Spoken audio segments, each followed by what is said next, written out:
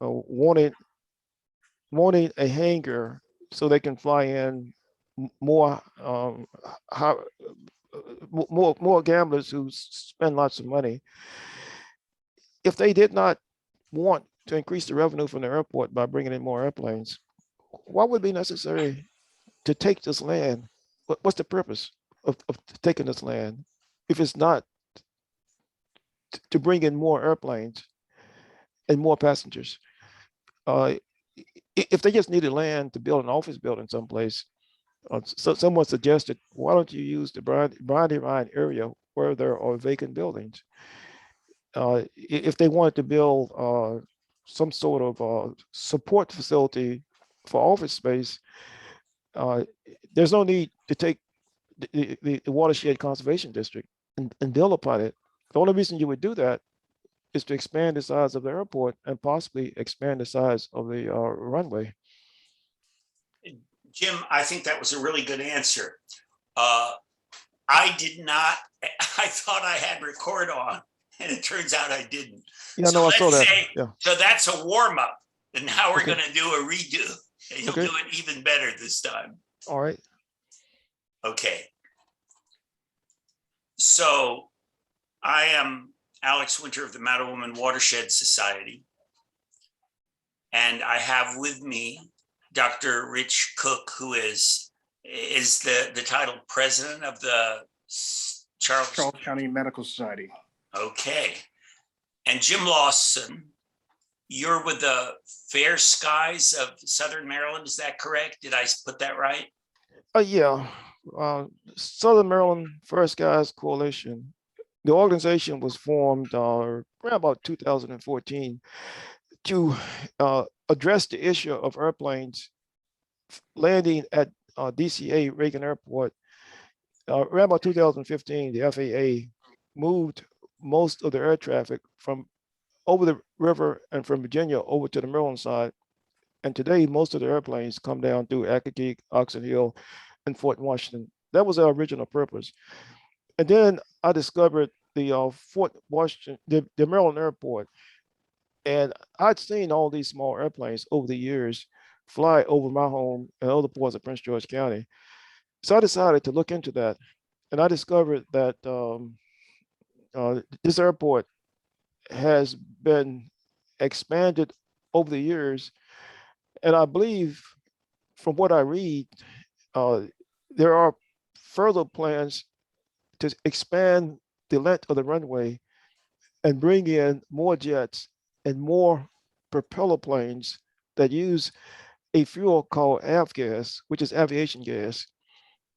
As you guys know, as we know, lead was removed from car gasoline because it was affecting too many people's health.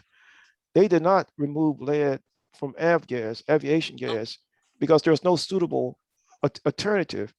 So the FAA and the EPA are looking into that, and they have to come back with a ruling that avgas is a help to anyone who lives close to the airport. And lead in gasoline affects children much worse than it does adults. So one reason I'm drawn to this discussion is that I believe that there's a school that's located 2,500 feet from the north end of the runway. Okay, every airplane that lands or takes off has to fly within 300 to 400 feet of the two schools. So that's the primary reason I'm here.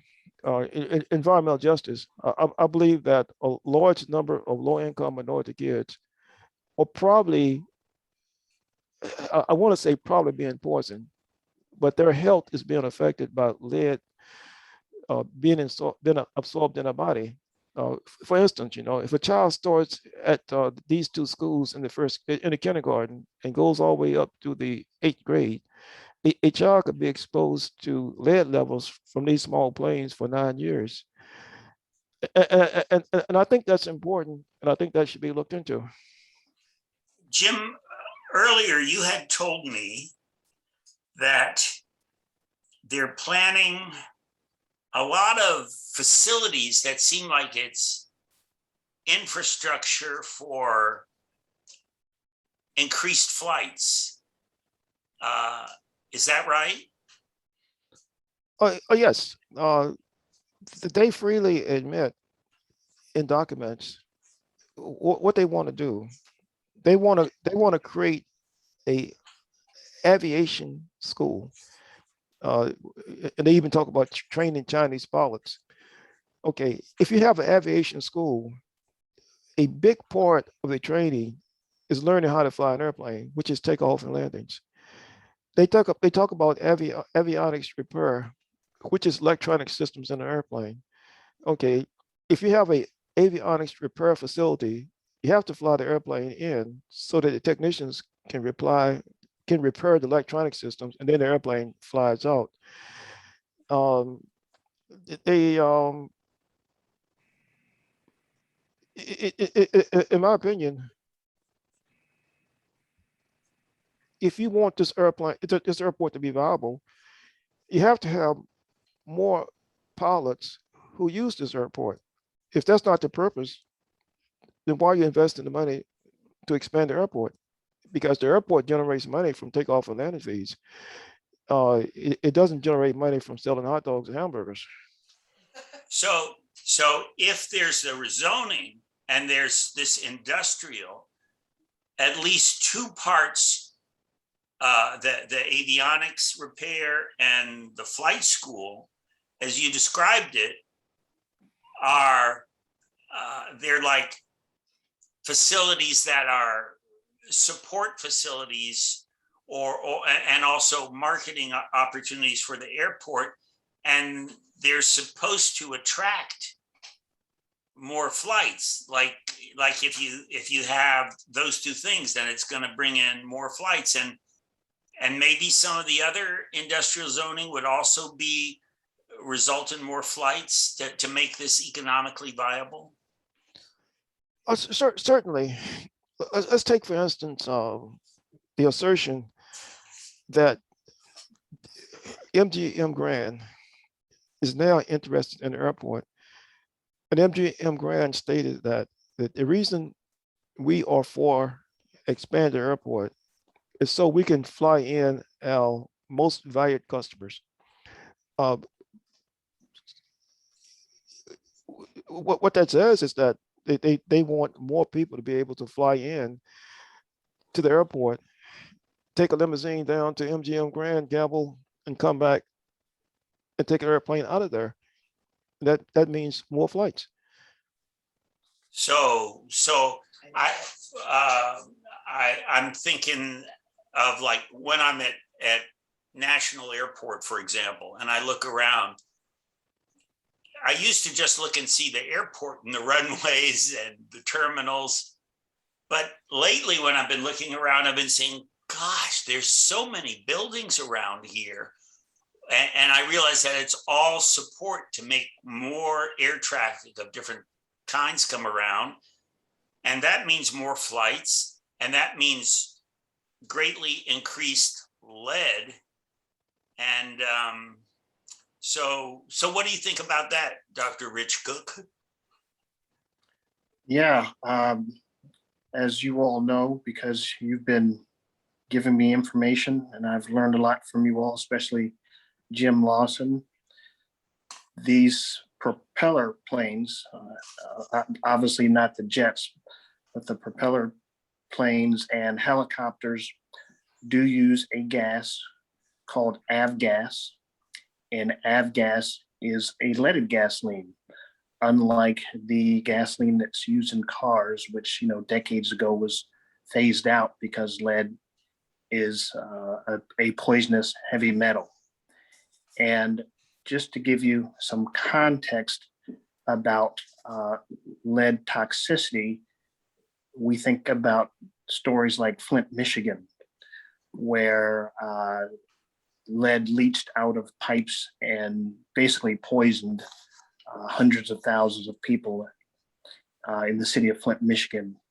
And lead as a toxic metal is highly toxic. The EPA has actually set a limit on the maximum contaminant amount for, let's say, water, and that maximum contaminant amount is 0. The reason that it is 0 is because lead at any level is toxic. Now, when we talk about the toxicity that comes from the avgas, which is leaded gasoline, avgas in the US is the #1 source of lead toxicity in our air that we breathe. And the adult lung, which constantly breathes air, meaning we breathe thousands of gallons of air every single day, make the lungs the greatest potential source of toxic exposure known to humankind. And so as we're breathing in a little bit of everything, we're also breathing in this lead. And doesn't matter really how we get lead into our system. We can swallow it, we can absorb it, and as I said, breathe it. But the highest levels that come into a human body are by breathing it. So when you find this out and you compare it to something like a Flint, Michigan was something that had to be treated after the fact. And really, there's no good treatment at all for lead toxicity. And I can talk about that if you'd like me to now or later. But we have a chance, knowing what avgas is, what it contains, already knowing about lead, having thousands of scientific evidence and papers in literature about the toxic effects of lead, whether it comes from gasoline in cars or planes. We have a chance to prevent it from causing problems locally, or should we say causing more problems locally, because this airport has been there for a while. So that's my comment. If you'd like me to go into Well, more I've detail. got a question about that. Uh-huh. There's this existing airport. I guess we don't know what damage it might have already done to children. I mean, especially children, because the same amount of lead on a smaller lung is going to have a worse effect, I guess. But should we really be thinking about,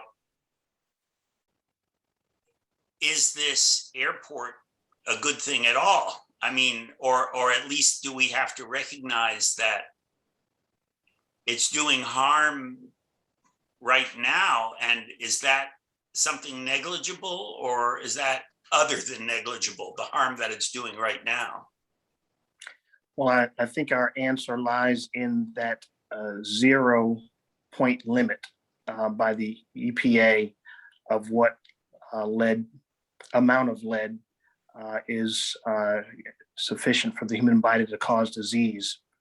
So when you look at other types of products, like, say, pharmaceuticals, if your doctor finds out, or pharmacist finds out, that your medication has been recalled due to a contaminant, it could be jet fuel, which has come into play very recently with multiple medications in the last 5 years, which is interesting because that leaks into the water. But it could be lead as well. And if someone told you there's lead in your medication, there's no doubt that you wouldn't want that in your body, knowing what we know about lead. I mean, it's toxic. It is a toxic chemical. And just to piggyback on what you said, Jim, you are correct. Children have definitely generally been shown to absorb a much larger fraction of lead than adults, whether it's inhaled or ingested. And that's mainly because the children's body is growing at a faster rate and the metabolism is faster also. The it,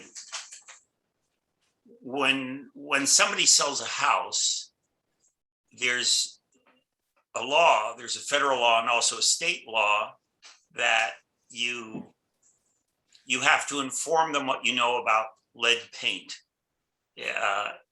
in the house. And when I first heard of the issue, I thought, really, just a little bit of lead that's in the paint chipping off, and that we're supposed to make a concern, but everybody's signing all these waivers and saying, okay, I won't sue if I get cancer from it. I mean, what I'm getting at is, if we are taking it so seriously in the case of lead paint, and is there some reason to think that the amount that someone would get, that the children in these schools would get, is less of a concern? It seems like a inconsistency to me. Well, Alex, Yeah.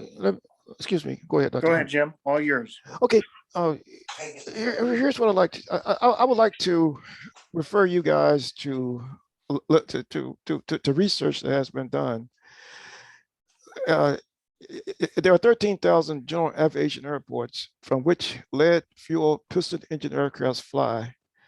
Okay, we know the lead gasoline was fully phased out in 1996 with the passage of the Clean Air Act. Avgas, leaded gas, is still a fuel for a fleet of 1,700 piston engine airplanes and helicopters.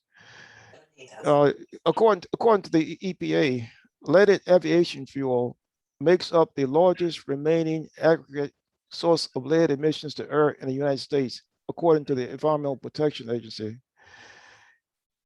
The EPA has looked into this, and there's a 2020 report from the EPA that says lead has been proven to have a detrimental impact on children's brain and nervous system. Okay, the EPA has conducted 15 years of research.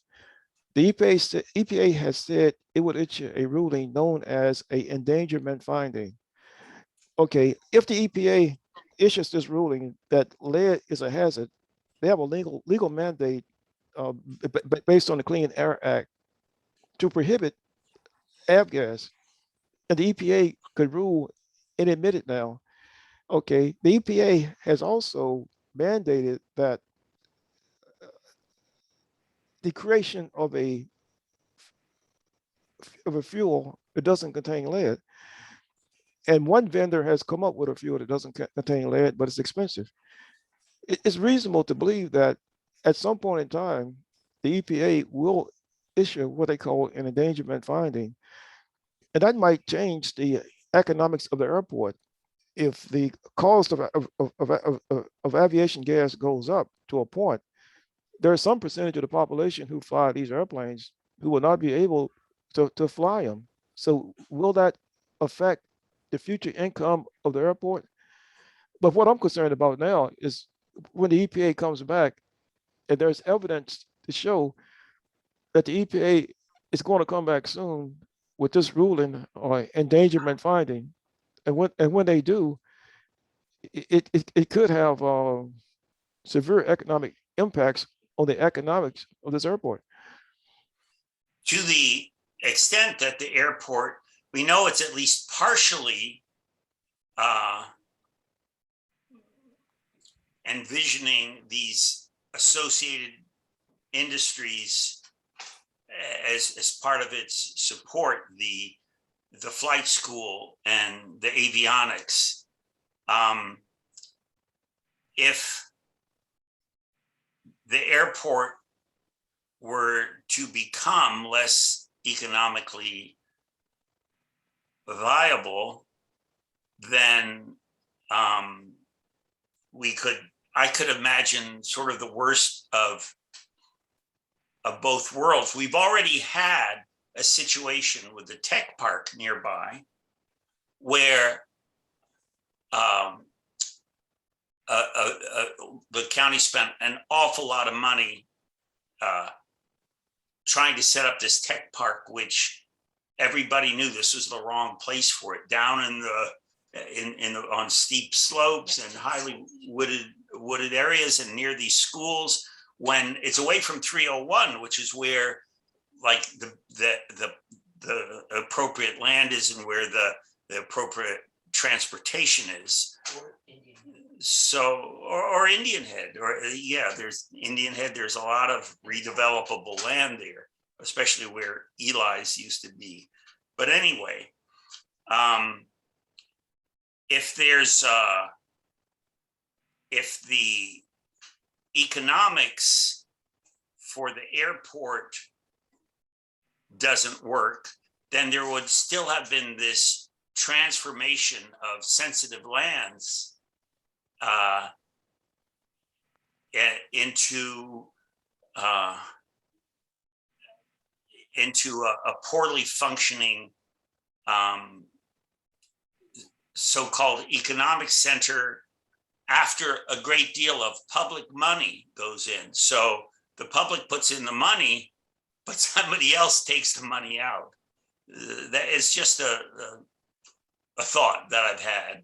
Well, Alex, that's a very good thought.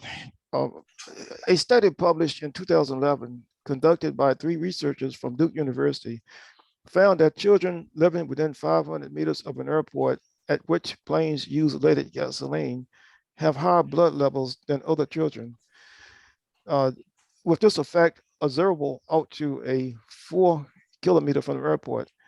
Okay, other locations have done studies testing blood, and they've found elevated blood levels. Okay, and those studies like that have been done in Charles County. And tell me, Dr. Cook, is the biology of a child living close to the airport the same as the biology of a child living out in California, where they have closed down airports because of the lead hazard? Do our children, put in the same identical circumstances, absorb blood from the environment, just like children who live in North Carolina and California? Absolutely. Just Okay. like if our pipes had lead leaks from them in Charles County and lead was leaks from the pipes of Flint, Michigan, be no different. Lead poisoning is lead poisoning. Just like smoking a cigarette in California is the same as smoking a cigarette in Maryland. Oh, wonderful, wonderful. And you know what happened in Flint? Politicians trying to save money, Republican politicians who ignored environmental justice of what they were doing, they decided that they created a situation where the lead leached from pipes. And they knew this, but they did nothing. Okay, some of those politicians were charged with criminal offenses. I don't know if they were convicted of anything, but the government had to spend tremendous amounts of money to remediate the lead pipes that were damaged, but they also had to spend tremendous amounts of money on the health of the children who were affected by the decision made by the politicians. Okay, if our politicians make a decision to continue the Maryland airport, to expand the traffic, and at some point in time in the future, someone does some tests that determine these kids have been poisoned over a period of time, it seems to me the government would have some obligation to do some remediation, to spend some money on the health of these kids, because in law there's a concept called you knew or should have known. Okay, there's tremendous amounts of evidence, and it's very easy to find by extremely credible scientists and the EPA that no level of lead is safe. And we know that these small airplanes emit lead particles, and we know that this lead accumulates in the body over a period of time. If our politicians say we're going to ignore the evidence, we don't really care. We're more interested in economic development. There's a possibility at some point in time in the future, they will be called to answer for decisions they made when they knew or should have known large number of children, their whole life is going to be impacted by lead in their body. The ability to learn, lead affects everybody in the organ. Of course, now I'm talking out of my area expertise. I mean, it's for Dr. Cook to talk about what lead does to the body. And let me pass on the microphone to Dr. Cook. Yeah, I'd like to just piggyback a little bit on what you said. You know, this story has got corruption and incompetence all over it, just based on what you said, Jim. You know, socialism for the wealthy, you know, also called welfare for the wealthy.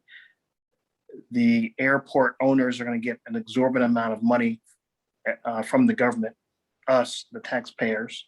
So regardless, they're going to make out, even if it goes bankrupt within, you know, several years, which it likely will be, just like the last airport went bankrupt.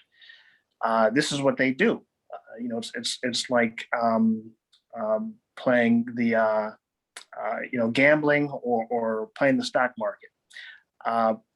Noam Chomsky calls all the things that come later on externalities. So we supposedly make a little bit of money, or think we're making a little bit of money, or making these jobs that don't exist and bringing money into the county. But what really happens is, as you alluded to, Jim, is we pollute our water, we pollute our air, we get medical problems and health problems that cost money also. So we got to clean up the air, clean up the water, again, at the taxpayer's expense. And we are currently witnessing this all over the place, but one of the best examples we have is Chesapeake Bay. But as far as the health consequences, we have to know that lead, when ingested, breathed in, absorbed, it's stored in our bones, our blood, all of our tissues and organs everywhere, you know, anywhere blood can take it.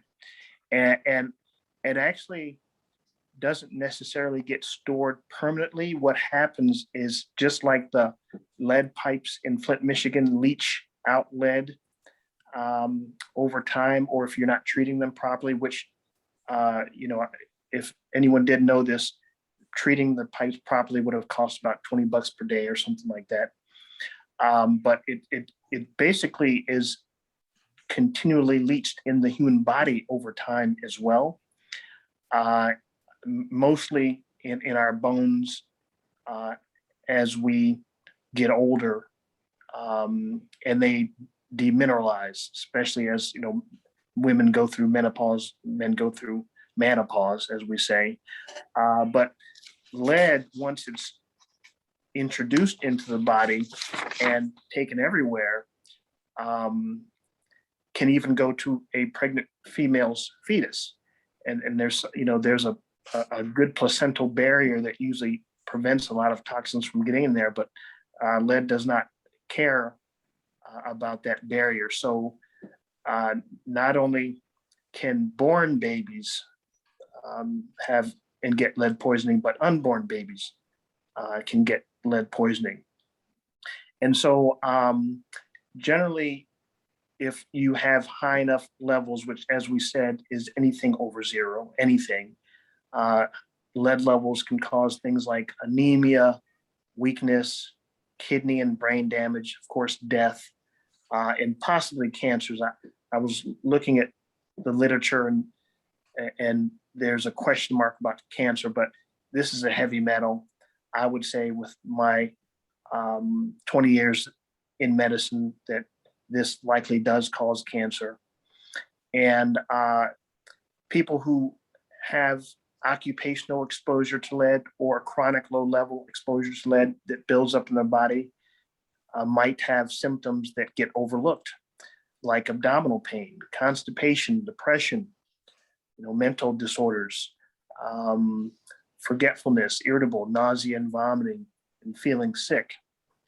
And of course, high blood pressure, which can lead to kidney disease as well. So basically, lead is extremely poisonous, and it doesn't belong in our environment or water. There's no place for it, which is why we took it out of gasoline years ago. And we have a chance of really preventing a bigger catastrophe, preventing bigger externalities, and actually saving money in the long run because of that. Sometimes people need to hear the economic side of something because they think people that are scientific are tree huggers or something like that, and that just cuts off their brain. So you talk to some people about money and they get the point. This is not going to be the economic driver they say it is, and we have lots of evidence for that as well from many different public and private entities. I wanted to ask you. Say, Alex, would you let me make a comment on that? Sure. Yes. Okay. There's an airport. It's called the Reed's Hillview Airport in Santa Clara County, California.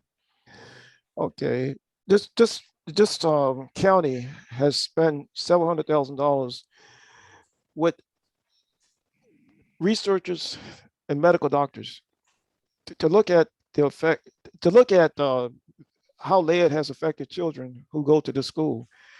And I'll be brief describing this. The Santa Clara County supervisors unanimously approved a measure to close Reed Hillview Airport after the release of a study that found elevated lead levels in children from the neighborhoods near the airport in East San Jose.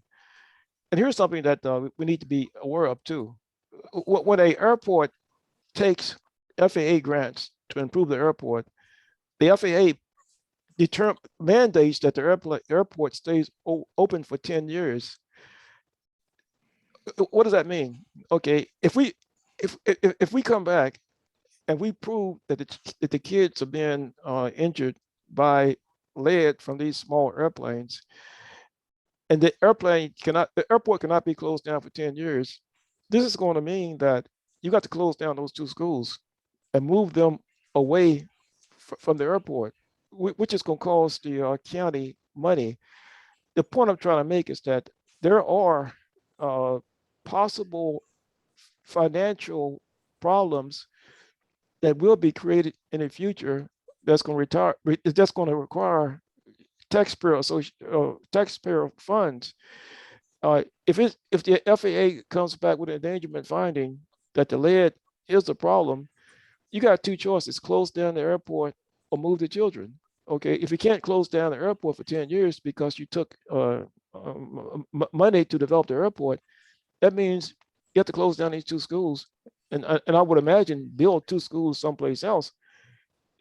So there are problems, economic problems that could affect taxpayer revenue if you make let's say a decision to move forward. Yeah, Jim, it's a lose-lose situation moving forward. There's no doubt about it.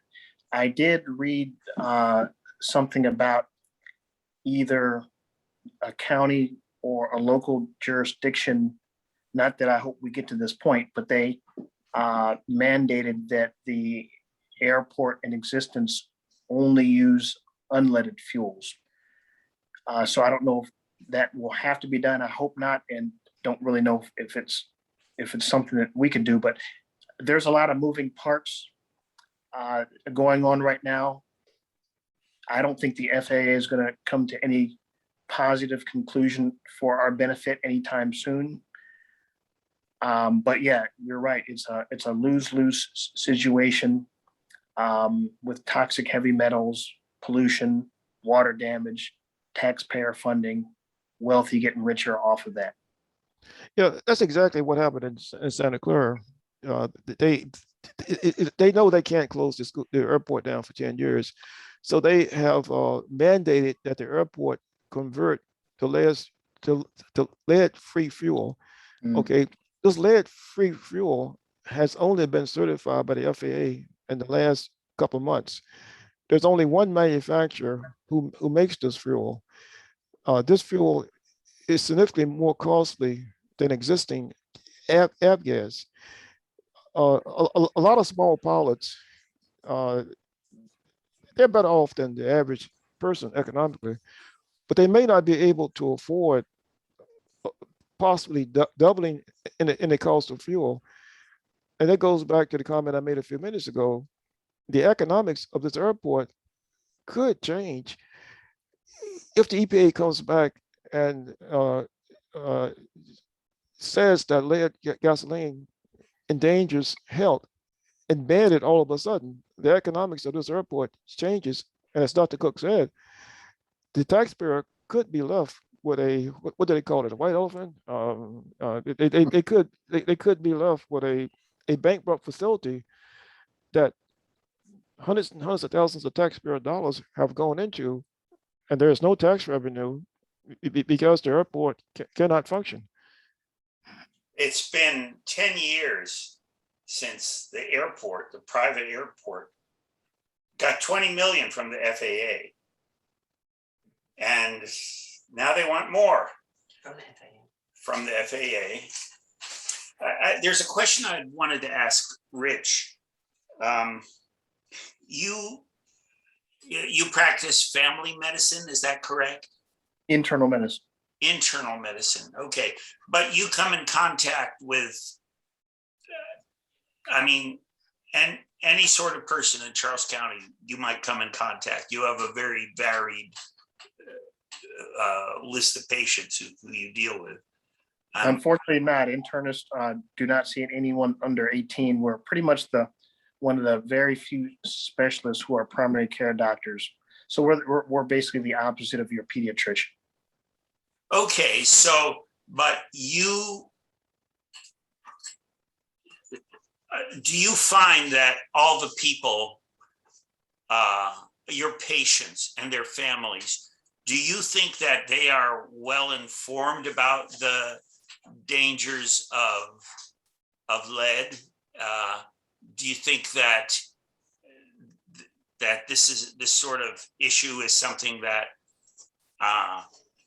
that they're aware that there's even a problem here, that there's even an issue? Not in avgas, but in drinking water, paint, and so forth. Yes, pediatricians, I think, are still required to check lead levels in kids, which is how the physician in Flint, Michigan, I think her name is Dr. Mona Hannah Atisha. She was the physician that kind of pried that open, and that was by going back in charts and looking at lead levels. But most of the stuff in the adult population is more environmental, and so if someone's working in the housing industry or some other, police sometimes when they get a bullet in them or any other type of exposures, it comes up environmentally. So we don't check for lead levels a lot in patients unless you have some type of high risk exposure. So I would say, to answer your question, it's not a very well known issue at all. As a matter of fact, I'll say this as well.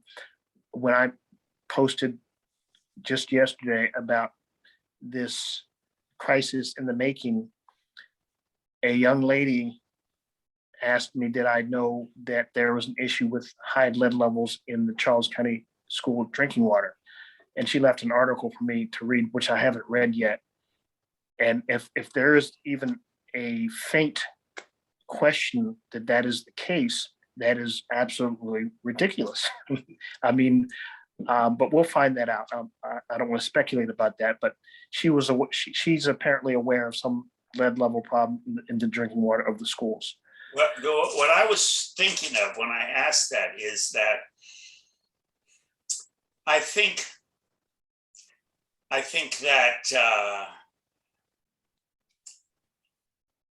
some people are going to know more about these issues. It's like this: when they talk about fracking, they always talk about how harmless it is. But then when some fracking started to happen near this big fracking executive's office, he started suing the government for endangering him.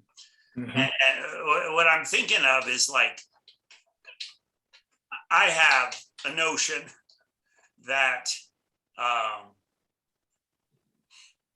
people with less education, for example, are less aware. If you have less money, you probably have less education. Maybe if you have And the red states, don't forget about that. yeah, it's like, is this? I'm just wondering, you know, I know that Jim has talked to me about environmental justice, and I mean, we don't want this in anybody's lungs. And as society, we have these, we do these things that we like some of it, but then we don't like some of the effects of it. But this is everybody should know equally what's going on, and it shouldn't be that some people won't get exposed to this. I mean, it's good that if somebody doesn't get exposed to it, it's great, but it's I guess it's an issue of where this is happening. It seems like I'm thinking that maybe they feel that it's something they don't have to worry about too much, because the people who live around there are going to be the last ones to figure out they should be complaining about it. Oh yeah, Alex, I think you make. Sorry, Dr. Cook. No, go ahead, please. Okay. Here's what I'd like to say. If you look at the north end of the Maryland airport, okay, you go 2,500 feet from the north end of the airport. It's offset maybe 5 or 10 degrees. You see these two schools. Okay, when an airplane takes off, these small airplanes, they generally take off about 75, 80 miles per hour. And they got to fly in a straight line. And normally they got to fly into the wind.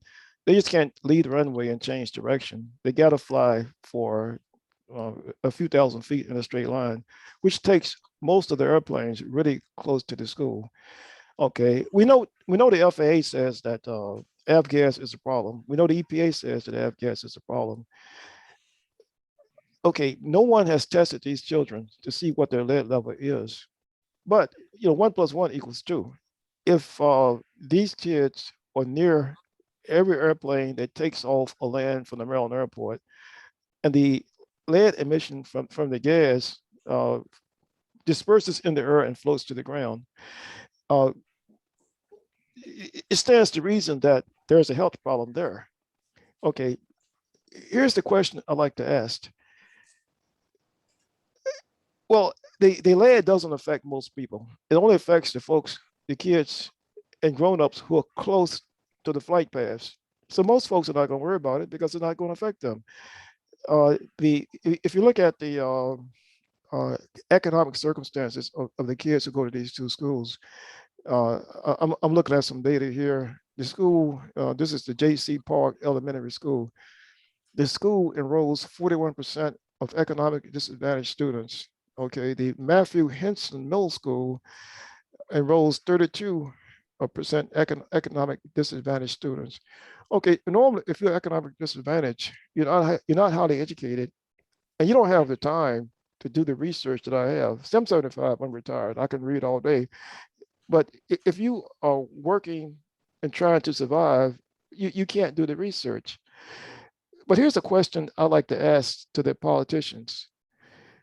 Okay, knowing what I told you and being able to research what I told you to see whether or not it's true or not.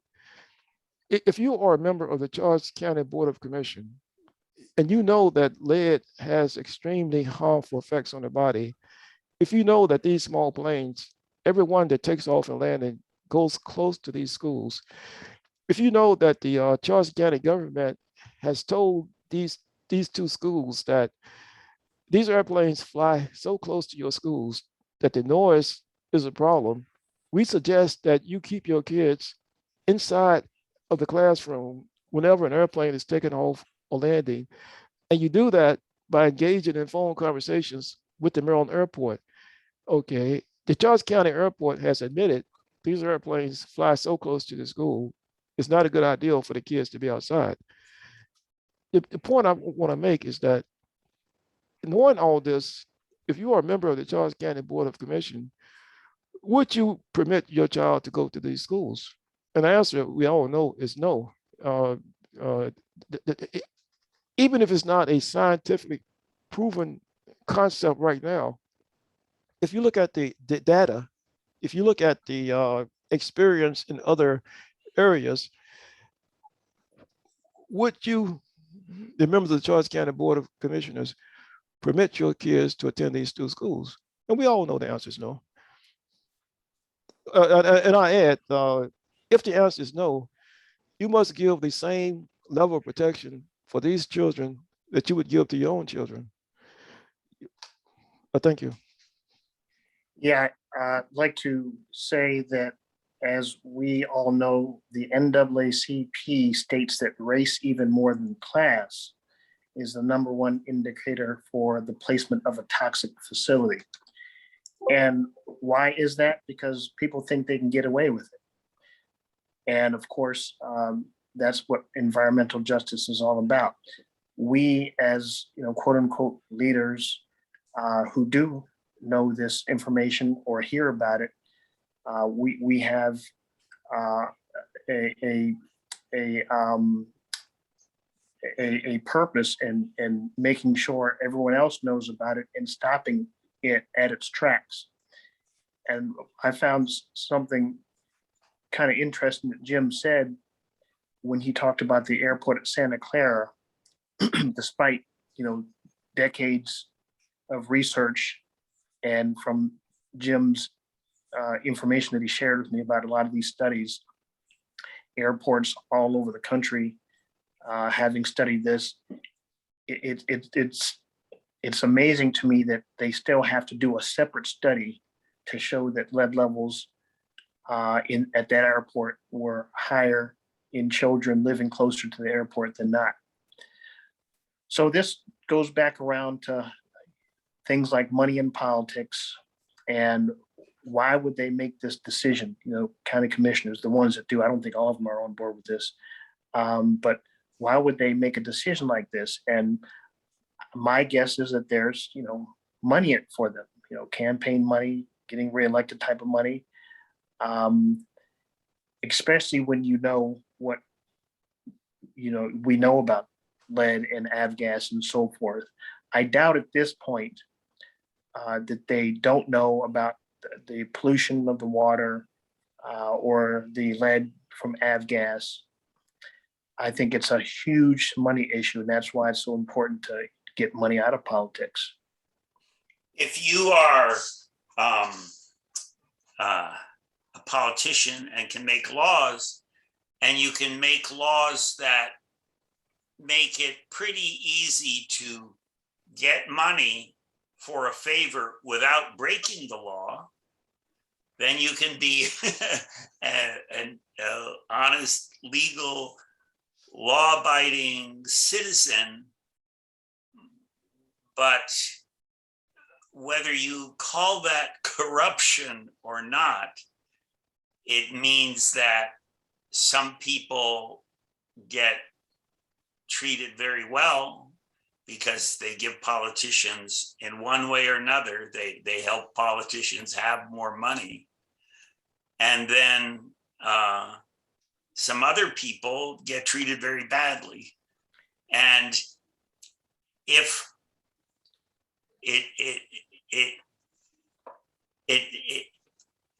this sort of thing is the source of so much conflict in our society, and it's crippling us in our ability to deal with climate change.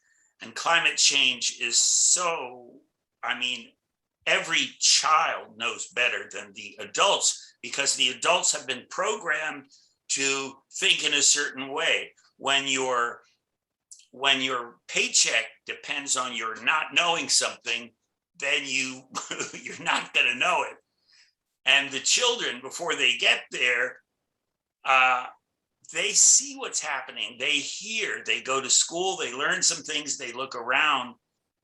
They wake up in the morning knowing this. I believe this. I believe that in young people have a lot of despair. A lot of us have despair, but they have a lot of despair because they see that their elders are not doing, they're not doing what is needed to make things better, to give us a chance of avoiding the disaster that is surely headed our way. And I think we all owe it to ourselves to, take some bold moves. For example, the county commissioners could turn this down. Of course, the developers could turn it down, but as long as they're under the spell of the money, it's very hard to break through. Well, Alex, many of these politicians, they have aspiration for higher office. And if you look at what's going on in the media today, how many politicians who ran for mayor or president or governor or senator, something they did 30 years ago that people didn't really take that serious. Today, society has changed. If you use slurs against race or sex or females, 25 years ago, it was okay. It would not destroy your career. So these politicians who are at the county commission level, many of these guys are young enough, and one day they might want to be a congressperson, a senator, or a governor. Okay, if the EPA comes back and says we have to ban avgas because it's affecting the health of our children, okay, the media is going to rush in. You're going to see a lot of stories about this, and the politicians who, for whatever reason, and I don't want to accuse anyone of taking money from lobbyists and then making a decision based on doing that. I don't want to accuse anybody of doing that, although we know that's the way the political system works. It seemed to me out of self-interest, if you're a member of it's Charles County Board of Commission, you would think about this. You would want to make sure that your vote is not on the wrong side, because if you vote to expand this airport and all these airport support facilities come in, and you have more airplanes taking off and landing. Okay, if the EPA comes back in the future and issue an endangerment finding, the media is going to jump on this thing. They're going to look at the people whose vote enable this airport to continue to expand and continue to poison the children. So I would strongly urge every member of the Charles County Board of Commission to take a look at the evidence. Listen to experts like Dr. Cook, who are telling you exactly what lead does to the body and how the body absorbs lead. Well, I think maybe you each should make some closing remarks. Which of you shall go first? Dr. Cook should go after me, because if I go after Dr. Cook, my words are going to be so unimpressive that people will ignore it. So I will go first and let Dr. I Cook. object to your statement, but go on. Okay. In my opinion, there are two choices for this airport: to close down the airport immediately, or to move the schools immediately. Okay, if you move the schools immediately, it's going to cost money, but how much money is the health of 2,500 students? lead poisoning, as Dr. Cook has stated, it creates so many problems. And one problem is learning disability. You drop you drop IQ points based on the amount of lead your body is exposed to. It also causes behavior problems. When you look at a child who goes to school, uh, who's not learning, whose behavior is bad, you want to blame it on the child. But sometimes this behavior is blamed on poisons such as lead. Uh, in my humble opinion, that this issue is so important that it should be addressed by the Charles County Board of Commissions for all the reasons that I have mentioned in my previous comments. And thank you. And I'll turn it over to Dr. Cook. Thank you. And I agree with every single thing you just said. And again, I want to thank you and Bonnie and Alex for sharing with me this valuable information that I did not know before you shared it with me about lead in avgas. And again, we must state that lead is an extremely toxic heavy metal. No limit of it in your body is safe. Zero limit is safe. It goes everywhere in the body. It's absorbed through every part of your body, whether you breathe it, touch it, or taste it and ingest it. It goes to every organ and can cause a problem in every organ, leading to potential death. It is a life sentence. It is not treatable. There's nothing we can do about it except prevent it. And when you look at medicine in general, whether you're talking about modern medicine or medicine 20,000 years ago, prevention is key. What do we say? Ounce of prevention, pound of cure. Let's be this ounce of prevention. It's an easy one, super easy. Be leaders. Show everyone around the country how a county should be run, how leaders should lead. Don't make this another lose-lose situation at the taxpayers' expense in their pocket and at the taxpayers' expense of their health. So with that note, being president of the Charles County Medical Society and having brought in also the director of the Charles County Health Department, Dr. Abney, and some of her environmental physicians around the country, we are on top of this and we are not letting go because our health is our wealth. And there are other ways to be financially viable rather than sticking the lowest rung of our population and people of color with the health bill and the financial bill. Thank you. Thank you both very much. It was great talking with you, and I look forward to your testimonies at the hearing if you're gonna testify and on September 22nd.